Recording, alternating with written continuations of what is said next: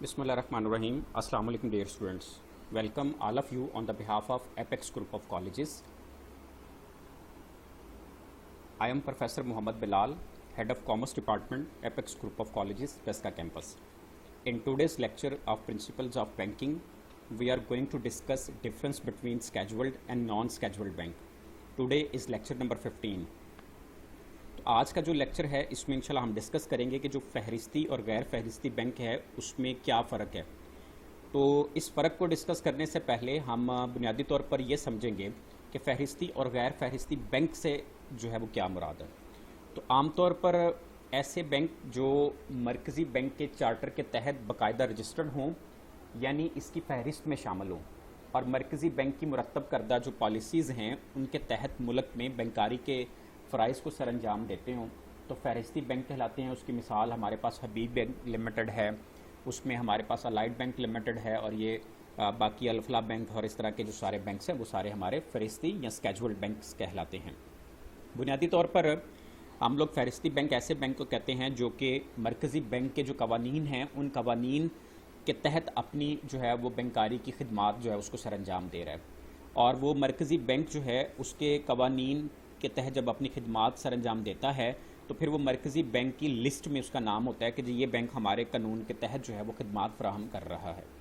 تو state bank جو ہے اسٹیٹ بینک آف پاکستان اس کے آئین جو ہے 1956 کے تحت جو سیکشن 37 سب سیکشن 1 ہے اس میں فہرستی بینک کے بارے میں مندرجہ ذیل جو ہے لوازمات بیان کیے گئے ہیں, مطلب اس کی جو کچھ کنڈیشنز بیان کی گئی ہیں جن کے تحت جو ہے وہ ایک بینک فہرستی بینک بن سکتا ہے. اس میں کنڈیشن نمبر 1 جو ہے کہ فہرستی بینک پاکستان میں بینکاری کے فرائض اور خدمات سر انجام دیتا ہو. ٹھیک ہے, پاکستان کے اندر اس کا جو کام ہے وہ یہ ہے کہ وہ بینکاری کے فرائض اور خدمات اس نے جو ہے ملک کے اندر لوگوں کو فراہم کر رہا ہو.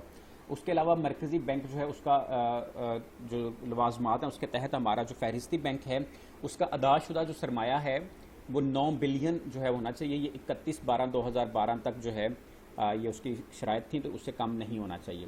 تیسرے نمبر پر جو اسٹیٹ بینک ہے اسٹیٹ بینک کو بینکاری کے لین دین کے اعتبار سے مطمئن کرے اور خاص وقفے کے بعد اپنے لین دین کا جو گوشوارہ ہے جو اس کی ایک رپورٹ ہے وہ مرکزی بینک میں جمع کروائے گا.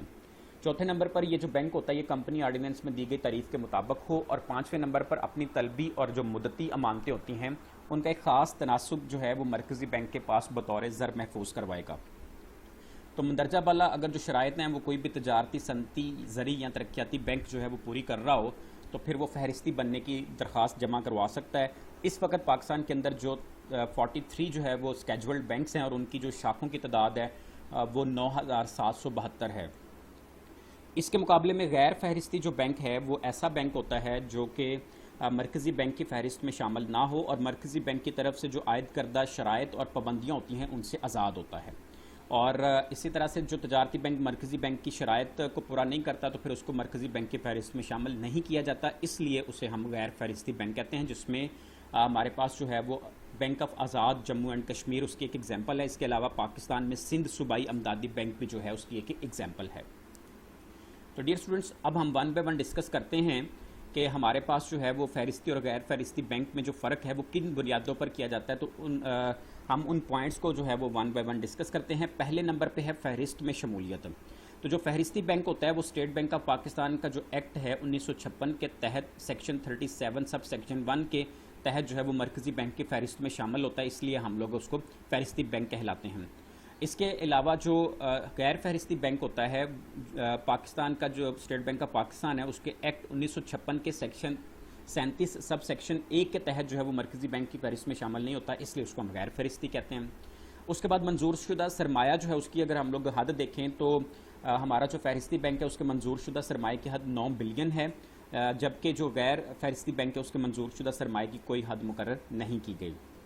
اسی طرح سے جو حساب گر کی سہولت ہوتی ہے فہرستی بینک کو مرکزی بینک کی طرف سے اپنے حسابات کلیئر کرنے کے لیے حساب گر کی سہولت دستیاب ہوتی ہے, لیکن غیر فہرستی بینک کو مرکزی بینک کی طرف سے حساب گر کی سہولت حاصل نہیں ہوتی. اسی طرح سے انتقال زر یا منی ٹرانسفر کی جو سہولت ہے تو فہرستی بینک جو ہوتا ہے وہ مرکزی بینک کے انتقال زر کے سلسلے میں ضروری اور مناسب سہولتیں جو ہے وہ مرکزی بینک کو فراہم کرتا ہے. اور غیر فہرستی بینک جو ہوتا ہے وہ مرکزی بینک کی انتقال زر کی جو سہولیات ہیں وہ فراہم نہیں کر سکتا. اس کے بعد پوائنٹ نمبر 5 ہے کہ قرضے کی سہولت تو جو مرکزی بینک ہوتا ہے وہ فہرستی بینکوں کو قرضے کی سہولت فراہم کرتا ہے، جبکہ جو غیر فہرستی بینک ہوتا ہے وہ مرکزی بینک کا ممبر نہیں، اس لیے اسے بوقت ضرورت مرکزی بینک کی طرف سے تعاون حاصل نہیں ہوتا۔ اسی طرح سے پوائنٹ نمبر 6 ہے محفوظ سرمایہ۔ تو فہرستی بینک اس بات کا ذمہ دار ہوتا ہے کہ وہ اپنی امانتوں کا ایک خاص تناسب مرکزی بینک میں نقد رقم کی شکل میں اس نے جمع کروانا ہوتا ہے، لیکن جو غیر فہرستی بینک ہوتا ہے اس کے لیے ایک جو ہے وہ خاص تناسب سے رقم جمع کروانے کی ضرورت یا پابندی نہیں ہوتی۔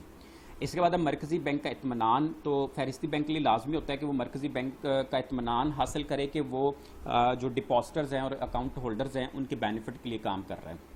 غیر فہرستی بینک کے لیے مرکزی بینک کی سیٹسفیکشن جو ہے وہ ضروری نہیں ہوتی۔ اسی طرح سے مرکزی بینک جو ہے اس کی ہدایات پر عمل کرنا جو ہے وہ فہرستی بینک کے لیے لازمی ہوتا ہے، وہ پابند ہوتا ہے، اور غیر فہرستی بینک جو ہوتا ہے وہ مرکزی بینک کی ہدایات پر عمل نہیں کرتا یا اس کے لیے ضروری نہیں ہوتا۔ اسی طرح سے کارکردگی کی رپورٹ ہے۔ تو کارکردگی کی رپورٹ میں یہ ہے کہ ہر فہرستی بینک جو ہوتا ہے وہ اپنے سرمایے، ڈپازٹس اور جو اس نے قرضے دیے ہوتے ہیں اور جو کاروباری لین دین کیا ہوتا ہے اس کی ایک رپورٹ مرکزی بینک میں خاص وقت کے بعد جمع کرواتا ہے، جبکہ غیر فہرستی بینک جو ہے اس پر اس قسم کی کوئی پابندی عائد نہیں ہوتی۔ اس کے بعد پوائنٹ نمبر 10 ہے کہ جو فہرستی بینک ہوتا ہے وہ چونکہ مرکزی بینک کا ممبر ہوتا ہے، اس لیے مرکزی بینک کی پالیسیز کے مطابق کام کرتا ہے، اس لیے لوگوں کا اعتماد بھی فہرستی بینکوں پر زیادہ ہوتا ہے، اور غیر فہرستی بینک کیونکہ مرکزی بینک کی فہرست میں شامل نہیں ہوتا، اس لیے اس پر لوگوں کا اعتماد بھی کم ہوتا ہے۔ تو ڈیئر اسٹوڈنٹس، آج کے لیکچر میں ہم لوگوں نے جو فہرستی اور غیر فہرستی بینک ہے اس کے جو پہلے 10 کہہ لیں فرق کے بنیادی پوائنٹس ہیں ان کو ڈسکس کیا، تو باقی انشاءاللہ ہم لوگ اپنے لیکچر نمبر جو ہے وہ 16 کے اندر ڈسکس کریں گے۔ تو اللہ پاک سے دعا کرتے ہیں کہ اللہ پاک آپ کی زندگی میں آسانیاں پیدا فرمائے اور آپ کو آسانیاں تقسیم کرنے کی توفیق عطا فرمائے۔ السلام علیکم۔